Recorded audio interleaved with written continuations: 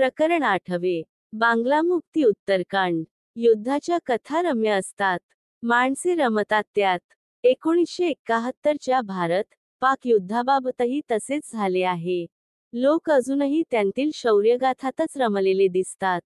त्या आहेतच अभिमानास्पद. परंतु युद्धाचे खरे यश हे त्याच्या नंतरच्या परिणामांतही असते. त्यातून काय साध्य झाले यातही असते. बांगलादेश मुक्तीलढ्यातील विजय या गोष्टीचे खरे महत्त्व अजूनही अनेकांच्या लक्षात आलेले नाही. कारण त्या विजयाने आपण तेव्हा नेमके काय साध्य केले हेच त्यांना समजलेले नसते. या युद्धाने बांगलादेशाला स्वातंत्र्य मिळवून दिले. आपण पाकिस्तानचा नक्षा उतरवला. त्या देशाचे 2 तुकडे केले. तेही अमेरिका आणि चीन या 2 देशांच्या नाकावर टिच्चून केले. हे मोठेच यश, यात काही शंकाच नाही. परंतु तत्कालीन पंतप्रधान इंदिरा गांधी, भारतीय लष्कर, IB यांचे कर्तृत्व त्या युद्धातील विजयापुरतेच मर्यादित आहे का? तर ते तसे नाही. त्याहून एक मोठी योजना या सगळ्याच्या मागे होती. ती समजून घ्यायची असेल तर पहिल्यांदा आपणास समजून घ्यावा लागेल भारताचा नकाशा. त्याचा ईशान्येकडील भाग पहा. ती सप्तभगिनी राज्ये आणि उर्वरित भारत यांना जोडतो तो एक लंबुळका पट्टा. कोंबडीच्या मानेसारखा, चिकन नेक च म्हटले जाते त्याला. तो पट्टा येतो बंगालमध्ये. त्याच्या वरच्या बाजूला आहे सिक्कीम आणि त्या शेजारी भूतान. आणि त्या दोन्हींमध्ये घुसलेला चीनचा भाग. खालच्या बाजूला बांगलादेश, म्हणजे तेव्हाचा पूर्व पाकिस्तान. त्यात पाकिस्तानची सत्ता. तेथून नागालँड व मिझोराम येथील फुटीरतावादी चळवळींना भडकवण्याचे, त्या बंडखोरांना मदत करण्याचे, आश्रय देण्याचे उपद्व्याप पाकिस्तानची ISI पूर्व पाकिस्तानातून करत होती. बंगालमध्ये तेव्हा अतिरेकी साम्यवादी चळवळीनेही मूळ धरले होते. तेथील माओवाद्यांना चीनकडून खतपाणी घातले जात होते. वर सिक्कीममध्ये CIAची लुडबूड सुरू होती. ही तेथील भौगोलिक आणि राजकीय परिस्थिती भारताच्या संरक्षणाच्या दृष्टीने अत्यंत प्रतिकूल. त्यामुळे पूर्व पाकिस्तानात बसून चाललेली ISIची आणि चीनची काळी कृत्ये बंद करणे अत्यावश्यक बनले होते. बांगलादेशाला स्वातंत्र्य मिळवून भारताने साधले ते हे. देशाच्या एकात्मतेला असलेला संभाव्य धोका त्यावेळी आपण काट्यासारखा उपटून फेकून दिला. तो धोका आताच भारतीय धोरणकर्त्यांच्या, गुप्तचर यंत्रणांच्या लक्षात आला होता, असे नाही. तो दूर करण्यासाठी भारताने पावले उचलावीत, असे वाटत असणाऱ्या नेत्यांमध्ये एक नाव अग्रक्रमाने घ्यावे लागेल. ते म्हणजे सचिंद्रलाल सिंह यांचे. ते काँग्रेसचे नेते आणि त्रिपुराचे पहिले मुख्यमंत्री. 1962 मध्येच ते सांगत होते की, पूर्व पाकिस्तानातील बंगाली अस्मितेला फुंकर घातली पाहिजे. तेथील स्वायत्ततावादी चळवळीला भारताने खुला पाठिंबा दिला पाहिजे. एकदा तर प्रत्यक्ष पंडित नेहरूंना भेटून त्यांनी आपले हे मत सांगितले होते. पण तेव्हा नेहरूंनी त्यांना गप्प केले. कारण तेव्हा काळ भारताच्या बाजूने नव्हता. चीनचे संकट डोक्यावर होते. पण तरीही सचिंद्रलाल शांत बसले नव्हते. ते पूर्व पाकिस्तानातील स्वायत्ततावादी नेत्यांना मदत करतच होते. 1962 मध्ये खुद्द वंगबंधू शेख मुजीबुर रहमान त्यांना त्रिपुरात गोपनीयरित्या येऊन भेटल्याचे सांगितले जाते. अवामी लीगचे कार्यकर्ते अटक टाळण्यासाठी त्रिपुरात येत. त्यांच्या लपण्याची व्यवस्था सचिंद्रलाल करत. पाकिस्तानविरोधी प्रोपगंडा छापण्यासाठीही ते मदत करत. परंतु 62 मध्ये भारत-चीन युद्ध झाले. 65 मध्ये भारत-पाक युद्ध. या गडबडीत पूर्व पाकिस्तानचा विषय काहीसा मागे पडला. परंतु इंदिरा गांधी पंतप्रधानपदी आल्यानंतर सचिंद्रलाल यांनी पुन्हा आपले म्हणणे रेटण्यास सुरुवात केली. त्यावेळी त्यांच्या बाजूने उभे होते P.N. बॅनर्जी. फणी बॅनर्जी उर्फ नाथबाबू कावबॉईज मधील एक महत्त्वाचे नाव. कसलेले गुप्तचर, मितभाषी. त्यावेळी त्यांच्याकडे IB आणि यांची संयुक्त जबाबदारी होती. त्रिपुरात त्यांनी पोलिसप्रमुख म्हणून काम केलेले. त्यामुळे सचिंद्रलाल सिंह यांच्याशी त्यांचे उत्तम संबंध होते. पूर्व पाकिस्तानातील अवामी नेत्यांशीही त्यांनी चांगले संबंध प्रस्थापित करून ठेवलेले होते. पूर्व पाकिस्तानात भारताने थेट हस्तक्षेप करावा, याच मताचे तेही होते. ते म्हणत, पूर्व पाकिस्तानातून आपण त्यांना, म्हणजे पाकिस्तानला बाहेर नाही काढले, तर ते आपल्याला ईशान्येतून बाहेर काढतील. बांगलादेशात नाथबाबू म्हणून ओळखल्या जाणाऱ्या पी. एन. बॅनर्जी यांनी 1968 साली लंडनमध्ये इंदिरा गांधी यांचे दूत म्हणून शेख मुजीब यांची गुपचूप भेट घेतली होती. मुक्तियुद्धाच्या वेळी ते चे कोलकात्यातील स्टेशन हेड होते. या संपूर्ण काळात त्यांनी केलेल्या कामाचे वर्णन अचाट या शब्दानेच करता येईल. त्यांच्या एका कारवाईची कथा आजही च्या वर्तुळात मोठ्या कौतुकाने सांगितली जाते. ही कहाणी म्हणजे जणू कौटिल्याच्या ग्रंथातून जशीच्या तशी उचललेली. फणीबाबूंनी सीआयएला कसे हातोहात गुंडाळले, त्याची. खोंडकर मुश्ताक अहमद हे पूर्व पाकिस्तानातील एक बडे नेते.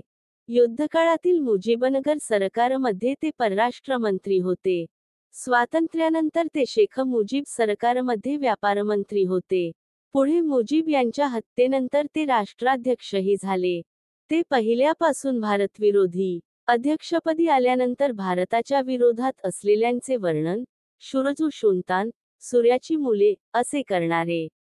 ते अमेरिकेसाठी, म्हणजेच सीआयएसाठी काम करत असल्याचे फणी बॅनर्जी यांना तेव्हाही माहीत होते. त्यांनी त्याचाच फायदा करून घेण्याचे ठरवले. खोंडकर मुश्ताक यांना बॅनर्जी यांनी विश्वासात घेतले.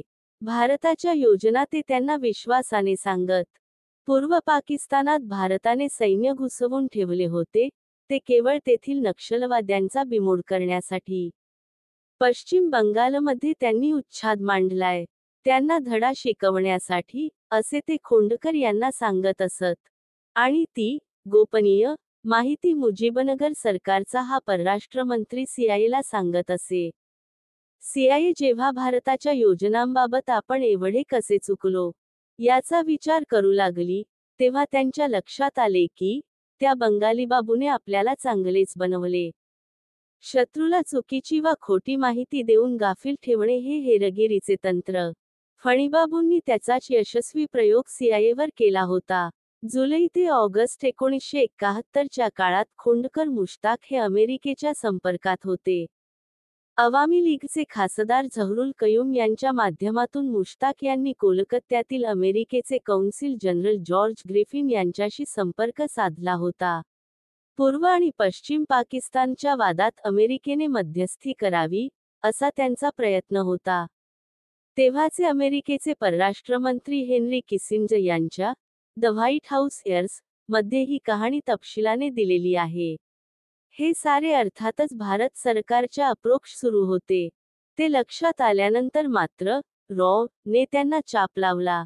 त्यांच्यावर नजर ठेवण्यात आली. अमेरिकेशी बोलणी करताना आधी मुजीब यांची सुटका आणि मग पाकिस्तानशी चर्चा, अशी अट घालण्यास डी.पी.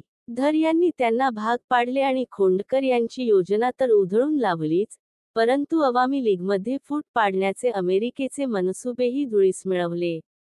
यानंतर डी.पी. धर यांनी खोंडकर यांना मंत्रिमंडळातून काढून टाकण्याची सूचना केली. मुजीब सरकारचे अध्यक्ष सईद नजरुल इस्लाम यांनी त्यावेळी खोंडकर यांना पाठीशी घातले. त्यांचे परराष्ट्र मंत्रीपद काढून घेतले. मंत्रिमंडळात मात्र ठेवले. यानंतरही अमेरिकेने खोंडकर यांना सोडले नाही. त्यांचा पुढे व्यवस्थित उपयोग करून घेतला. पण बांगलायुद्धाच्या वेळी मात्र आणि फणी बॅनर्जी यांनी सीआयएवर मात केली होती. 1975 मध्ये ढाक्यातील एका हॉटेलात फणी बॅनर्जी यांचा गूढरित्या मृत्यू झाला. चहा पीत असताना अचानक त्यांना उचकी आली आणि ते कोसळले. असे म्हणतात की हृदयविकाराच्या धक्क्याने ते गेले. पण त्याला ही सर्व पार्श्वभूमी आहे, असे भारतातील अनेकांचे मत आहे. रामेश्वर नाथ काव यांनी मात्र यात काहीही गूढ नसल्याचा निर्वाळा दिलेला आहे. त्यांच्या म्हणण्यानुसार फणी बॅनर्जी यांचा मृत्यू नैसर्गिक कारणांमुळेच झाला. भारताने हे युद्ध जिंकले असले तरी अजून एक गोष्ट बाकी होती. ती म्हणजे शेख मुजीबुर रहमान यांची जिवंतपणी सुटका. विजयाच्या आनंदातही इंदिरा गांधी यांना चिंता होती, ती त्या एका गोष्टीची. त्यांच्याकडून काय शिक्षा देण्यात येणार, हे सर्वांनाच माहीत होती. तसेच झाले. लष्करी न्यायालयाने मुजीब यांना फाशीची शिक्षा सुनावली. त्या क्षणापासून त्यांच्या प्राणांची ज्योत फडफडू लागली होती. ती केव्हाही विझवली जाऊ शकत होती. किंबहुना तुरुंगातील त्यांच्या कोठडीत 6.5 फुटाची कबरही खणून ठेवण्यात आली होती आणि तिच्यावर फाशीचा दोर टांगून ठेवण्यात आला होता. कैद्याचे मनोधैर्य मोडून टाकण्याचा अत्यंत विकृत प्रकार होता तो. युद्धात शरणागती पत्करल्यानंतरही त्यांना सोडण्यास पाकिस्तान तयार नव्हते. युद्ध हरल्यामुळे पाकिस्तानी नागरिकांत संतापाची लाट पसरली होती. याह्या खान यांचे अध्यक्षपद त्याचा पहिला बळी ठरला होता. आता जुल्फिकार अली भुट्टो यांच्या हाती सत्ता आली होती. ते तर मुजीब यांचे कट्टर शत्रू. अशा परिस्थितीत मुजीब यांना सुरक्षितरित्या बांगलादेशात कसे आणायचे, याचाच विचार इंदिरा करत होत्या. याचे कारण, मुजीब मारले गेले तर बांगलादेशची मुक्ती फुकटच जाण्याची शक्यता होती. ज्या साध्यासाठी हा डाव खेळला, तो उधळला जाण्याची संभावना होती. मुजीब हे भारतमित्र. त्यांचे नसणे म्हणजे भारताच्या स्वप्नांचा चक्काचूरच. बांगलादेशाबरोबरच भारतहितासाठीही त्यांचे असणे आवश्यक होते. ते किती आवश्यक होते, हे पुढे त्यांच्या हत्येनंतर बांगलादेशात उद्भवलेल्या स्थितीतून सिद्धच झाले. इंदिरा गांधी यांनी याबाबत चे प्रमुख रामनाथ काव यांना विश्वासात घेतले. भुट्टो यांच्या मनात मुजीब यांच्याबाबत नेमके काय होते, हे समजणे आवश्यक होते. त्यावेळी भुट्टो अमेरिकेत होते. संयुक्त राष्ट्रांच्या सुरक्षा समितीच्या बैठकीसाठी ते न्यूयॉर्कला गेले होते. याह्या खान यांनी भुट्टो यांच्याशी संपर्क साधला. त्यांना आपण राजीनामा देत असल्याची माहिती दिली. पाकिस्तानचे लष्करी कायदा प्रशासक म्हणून तुमची नियुक्ती केली आहे. तेव्हा पाकिस्तानात परत या आणि येताना वॉशिंग्टनला जाऊन अमेरिकेचे अध्यक्ष रिचर्ड निक्सन यांना भेटून या, अशी सूचना याह्या खान यांनी भुट्टोंना केली. काव यांनी भुट्टो यांच्या प्रवासाचे वेळापत्रक मिळवले. त्यांचे वॉशिंग्टन, रावळपिंडी विमान इंधन भरण्यासाठी लंडनच्या हिथ्रो विमानतळावर थांबणार असल्याचे त्यांना समजले. ती माहिती मिळताच इंदिरा गांधी यांनी तातडीने साऊथ ब्लॉकमधील त्यांच्या कार्यालयात युद्ध मंत्रिमंडळाची बैठक बोलावली. त्या बैठकीला परराष्ट्र मंत्रालयातील धोरणविषयक समितीचे प्रमुख डी.पी. धर, पंतप्रधानांचे प्रमुख सचिव पी.एन. हक्सर, परराष्ट्र सचिव टी.एन. कौल आणि रामनाथ काव उपस्थित होते.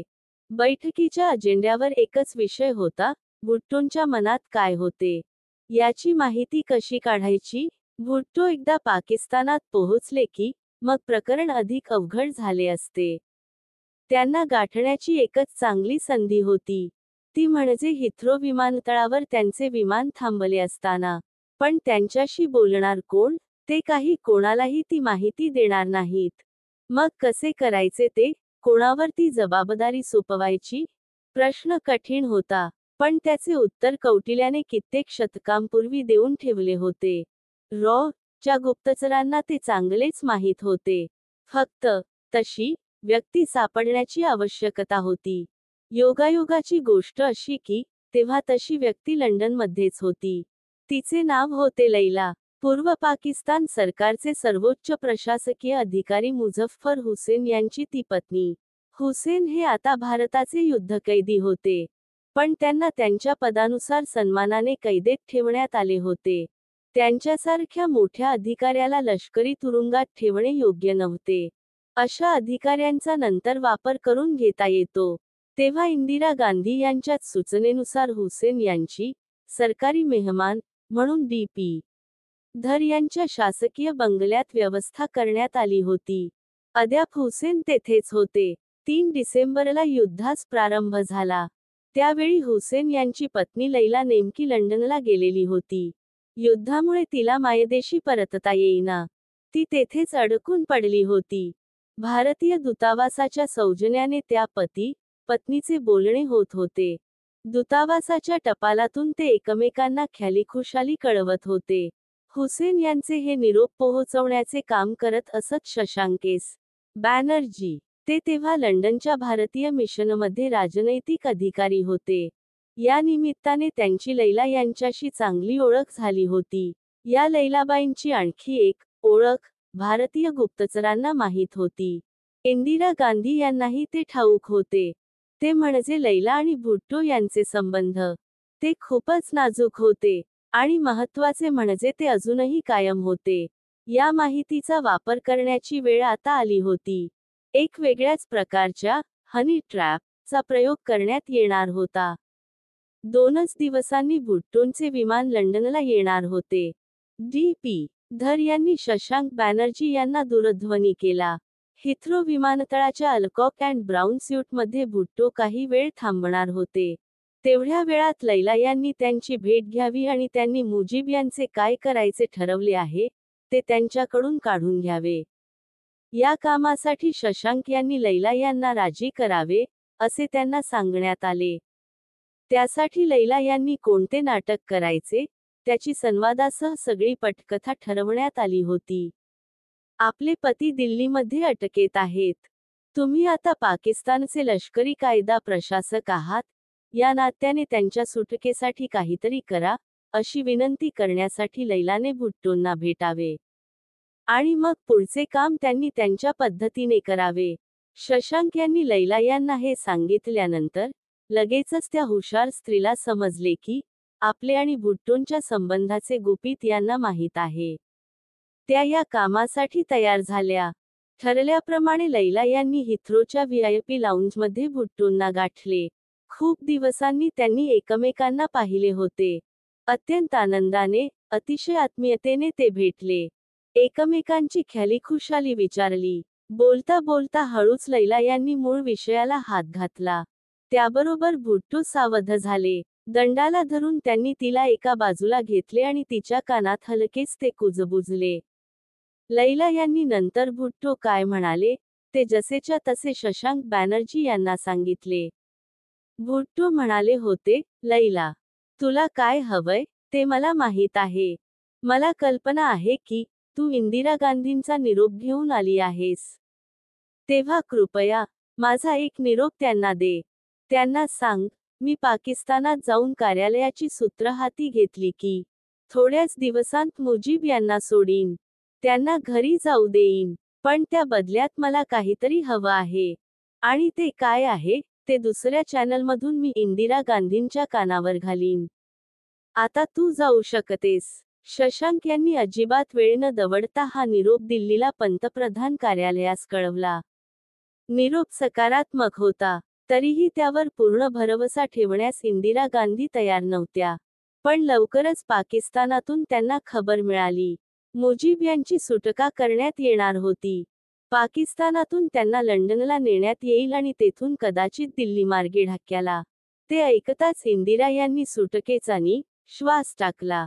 भुट्टो यांनी त्यांचे आश्वासन पूर्ण केले होते. पण त्या बदल्यात त्यांना काय हवे होते? शशांक बॅनर्जी यांच्या म्हणण्यानुसार, भारताने सिमला करारांतर्गत 93,000 पाकिस्तानी सैनिकांना सोडले, त्यामागे हे प्रकरण आहे. 8 जानेवारी 1972 रोजी भुट्टो यांनी बांगलादेशाच्या राष्ट्रपित्याची, वंगबंधू मुजीबुर रहमान यांची, सुटका केली. 10 जानेवारीला त्यांनी देशाच्या पंतप्रधानपदाची सूत्रे हाती घेतली आणि त्यानंतर तब्बल 8 महिन्यांनी भारताने पाकिस्तानी युद्धकैद्यांना सोडले. पण खरोखरच भुट्टो यांनी त्यांचे आश्वासन पाळले होते का? खरोखरच त्यांनी मुजीब यांची सुटका केली होती का? बांगलादेश स्वतंत्र होऊन 3 वर्षे झाली होती. या काळात तेथील परिस्थितीत कमालीचा बदल झाला होता. वंगबंधू शेख मुजीबुर रहमान यांनी आपल्या देशवासियांना एक स्वप्न दाखवले होते, चांगल्या दिवसांचे. जेथे भय नसेल, भ्रष्टाचार नसेल, जेथे तांदळाचा भाव निम्म्याने कमी असेल, असा बांगलादेश आपल्याला स्वातंत्र्यानंतर मिळणार असल्याचे ते सांगत होते. ती सारी आश्वासने कापरासारखी उडून गेली होती. 1974च्या दुष्काळाने आधीच डबघाईला आलेल्या बांगलादेशी अर्थव्यवस्थेला घरघर लागली होती. आता तांदळाची किंमत पारतंत्र्यातल्या भावाहून 10 पट झाली होती. भ्रष्टाचाराने कळस गाठला होता. सत्ताधारी पक्षाचे नेते त्यात हात धुवून घेत होते. कृत्रिम टंचाई करून अन्नधान्याचे भाव वाढवण्यात आले होते. भारतीय हद्दीत तांदळाची तस्करी केली जात होती.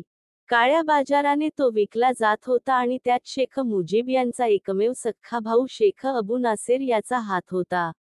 या काळ्या बाजारामुळे भारतविरोधी भावना जनतेमध्ये मूळ धरू लागली होती. मुक्तीलढ्यातला बंधुभाव नाहीसा झाला होता. जनआंदोलने सुरू झाली होती आणि ती दडपण्यासाठी मुजीब दिवसेंदिवस अधिकाधिक हुकुमशाहीकडे चालले होते. विरोधकांना तुरुंगात डांबले जात होते. मुजीब हे वंगबंधू खरे, पण आता ते जनतेपासून तुटले होते. तशात त्यांनी बक्साल ची घोषणा केली. बक्साल म्हणजे बांगलादेश कृषक श्रमिक अवामी लीग. या पक्षाच्या माध्यमातून ते बांगलादेशात एक पक्षीय पद्धत सुरू करू पाहत होते. बाकी सर्व पक्षांवर बंदी घालण्यात येणार होती. त्याच्या अंमलबजावणीची तारीख ठरली होती 1 सप्टेंबर 1975. अवामी लीगमध्ये मुजीब यांच्या विरोधातील एक गट पहिल्यापासूनच कार्यरत होता. त्यातील प्रमुख नेते म्हणजे खोंडकर मुश्ताक अहमद. ते सीआयएचे एजंट. अजूनही ते अमेरिकेसाठी काम करत होते. पण मुजीब यांचा त्यांच्यावर विश्वास होता. मुजीब यांनी खोंडकर यांना मंत्रिपदही दिले होते. लष्करातील काही अधिकारीही मुजीब यांच्या विरोधात होते. याचे एक कारण म्हणजे त्यांच्यावर झालेला अन्याय. स्वातंत्र्ययुद्धात भाग घेतलेल्या लष्करी अधिकाऱ्यांना 2 वर्षांची सेवाज्येष्ठता बहाल करण्याचा निर्णय मुजीब सरकारने घेतला. त्यामुळे काही अधिकारी नाराज झाले होते. जनरल जिया उर रहमान हे लष्कर उपप्रमुख होते. त्यांना लष्कर प्रमुखपद न दिल्याने ते असंतुष्ट होते. याशिवाय मुजीब यांच्या काही निकटवर्तीयांचा लष्करातील बदल्या, बढत्या यांतील हस्तक्षेप वाढला होता. यामुळे अनेक जण चिडले होते. या सर्व विरोधकांचे मुजीब यांना हटवण्याचे प्रयत्न सुरू होते. या परिस्थितीवर रॉ बारकाईने लक्ष ठेवून होती. एकतर रॉ च्या गुप्तचरांचे बांगलादेशी लष्करातील अनेकांशी चांगले संबंध होते. स्वातंत्र्यानंतर या देशाची गुप्तचर यंत्रणा उभारण्याचे, मुक्तीवाहिनी, मुजीबवाहिनी आदी वाहिन्यांतील सैनिकांचे लष्करात पुनर्वसन करण्याचे, एवढेच नव्हे, तर या सैनिकांतून जातीय राखी बाहिनी म्हणजे राष्ट्रीय सुरक्षा दल उभारण्याचे काम केले होते. ते रॉ च्याच 2 अधिकाऱ्यांनी. शेख मुजीब यांच्या विनंतीवरून इंदिरा गांधी यांनी या अधिकाऱ्यांना तेथे पाठवले होते. हे अधिकारी होते पी.एन. तथा फणी बॅनर्जी आणि एस्टॅब्लिशमेंट टुटूचे मेजर जनरल एस. उबान. त्यामुळे बांगलादेशातील बदललेल्या हवेचा अंदाज रॉ ला आला होता. त्यांतील प्रमुख कटवाले होते फारुख रहमान, शरीफुल हक दालिम आणि खोंडकर अब्दुल रशीद. खोंडकर मुश्ताक अहमद यांचे रशीद हे जवळचे नातेवाईक. हे सगळे अधिकारी यापूर्वी पाकिस्तानी लष्करात होते. मुक्तियुद्धाच्या काळात ते मुक्तीवाहिनीला येऊन मिळाले. पुढे उघड झाले की ते पंचमस्तंभी होते. पाकिस्तानसाठीच काम करत होते. पण या कटाचे सूत्रधार वेगळेच होते. त्यांत अर्थातच खोंडकर मुश्ताक अहमद होते. आणि या सूत्रधारांतील काही जण सीआयएच्या संपर्कात होते. लष्करासाठी शस्त्रखरेदीच्या नावाखाली ते अमेरिकी अधिकाऱ्यांना, गुप्तचरांना भेटत होते. ब्रिटिश, अमेरिकन पत्रकार ख्रिस्तोफर हचिन्स यांच्या the trial of Henry Kissinger या पुस्तकानुसार, नोव्हेंबर 1974 मध्ये किसिंजर यांनी बांगलादेशास भेट दिली. 8 तास ते तेथे होते. त्यातील 3 मिनिटे त्यांनी पत्रकार परिषद घेतली. त्यात त्यांना, बंगालच्या उपसागरात यूएसएस एंटरप्राइज ही युद्धनौका तुम्ही का पाठवली, असा प्रश्न विचारण्यात आला. त्यास उत्तर देण्यास त्यांनी नकार दिला. ते गेल्यानंतर काही आठवड्यांनी ढाक्यातील अमेरिकी दूतावासातील एक गटाने मुजीब यांच्या हत्येचा कट रचणाऱ्या बांगलादेशी अधिकाऱ्यांना गुप्तरित्या भेटण्यास सुरुवात केली. या कटातील काही सहभागी व्यक्तींची नावे समजताच काव यांनी पुन्हा मुजीब यांच्याशी संपर्क साधला. 1975 च्या मार्चमध्ये त्यांना भेटण्यासाठी रॉ च्या एका अधिकाऱ्याला पाठवले. परंतु मुजीब यांनी तेव्हाही त्याकडे दुर्लक्षच केले. त्यानंतर सुमारे 1.5 महिन्यांत मे 21 रोजी मुजीब यांच्या हत्येचा प्रयत्न झाला. विकिलीक्सने अलीकडेच प्रसिद्ध केलेल्या किसिंजर केबल्स मधून ही माहिती उघड झाली आहे. अमेरिकेच्या दूतावासातून 23 मे 1975 रोजी पाठवण्यात आलेल्या एका संदेशानुसार, 21 मे 1975 च्या संध्याकाळी राष्ट्राध्यक्ष मुजीबुर रहमान यांच्या हत्येचा प्रयत्न झाला. दूरचित्रवाणीचे एक नवे केंद्र ढाक्याबाहेर स्थापन करण्यात आले होते. त्याला भेट देऊन परतत असताना त्यांच्या वाहनांच्या ताफ्यावर हातबॉम्ब फेकण्यात आले. त्या हल्ल्यातून मुजीब बचावले, परंतु 2 व्यक्ती जखमी झाल्या. या हल्ल्याच्या बातम्या प्रसिद्ध करण्यावर माध्यमांना बंदी घालण्यात आली होती. जीवावरच्या या हल्ल्यातूनही मुजीब यांनी काहीच धडा घेतला नाही. ने दिलेले इशारे त्यांनी मनावर घेतले नाहीत. अखेर ऑगस्ट 15, 1975 च्या रात्री याच कटवाल्यांनी त्यांची हत्या केली. त्यांच्याच निवासस्थानी त्यांना गोळ्या घालून ठार मारण्यात आले. ढाक्यातील धनमंडी भागात त्यांच्या जुन्या घरातच मुजीब राहत असत. फेब्रुवारी 1972 मध्ये ते कोलकाता दौऱ्यावर आले असताना, त्यांच्या सुरक्षेची जबाबदारी आयबीचे एक अधिकारी टी.व्ही. राजेश्वर यांच्यावर होती. ते पुढे आयबीचे संचालक झाले. त्यावेळी त्यांनी मुजीब यांची भेट घेऊन त्यांच्या सुरक्षेबाबत सुमारे अर्धा तास चर्चा केली. धनमंडीतील त्यांचे घर सुरक्षेच्या दृष्टिकोनातून राहण्यास योग्य. अतिमहत्त्वाच्या व्यक्तीचे निवासस्थान कसे हवे? तर मुख्य रस्त्यापासून आत दूर अंतरावर. त्याभोवती संरक्षक भिंत हवी. आतल्या आणि बाहेरच्या बाजूने सुरक्षा वेढा घालण्यासाठी व्यवस्था हवी. राजेश्वर यांनी मुजीबना हे समजावून सांगितले. या घराऐवजी सुरक्षित अशा शासकीय गेस्ट हाऊसमध्ये त्यांनी राहायला जावे, असे सुचवले. पण मुजीब यांनी ती सूचना फेटाळून लावली. का? तर म्हणाले, बदनाम आहे ते गेस्ट हाऊस.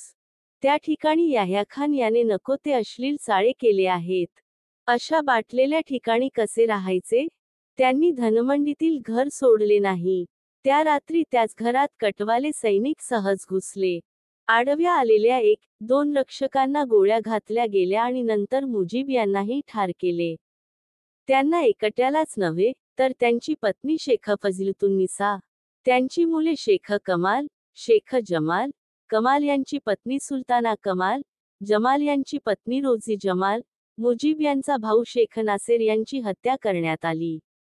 मुजीब यांचा 6 वर्षांचा मुलगा शेख रसेल यालाही मारेकऱ्यांनी सोडले नाही.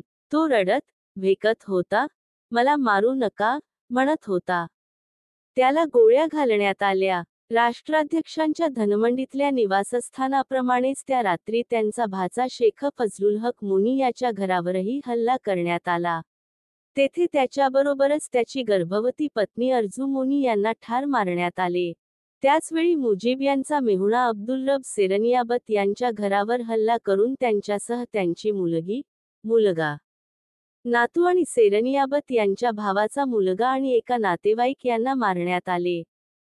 मुजीब यांचा एकही वारसदार जिवंत राहू नये, अशीच ती योजना होती. पण त्यातूनही त्यांच्या 2 कन्या शेख हसीना आणि शेख रेहाना वाचल्या.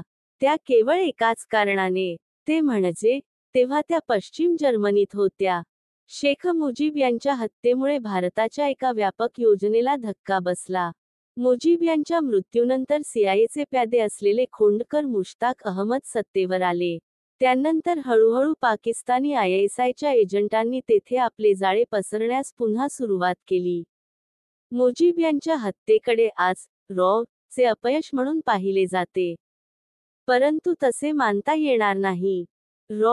ने एकदा नव्हे, तर 2दा मुजीब यांना सावध केले होते. मुजीब यांनी त्याकडे दुर्लक्ष केले. त्याला ची चूक कशी मानणार?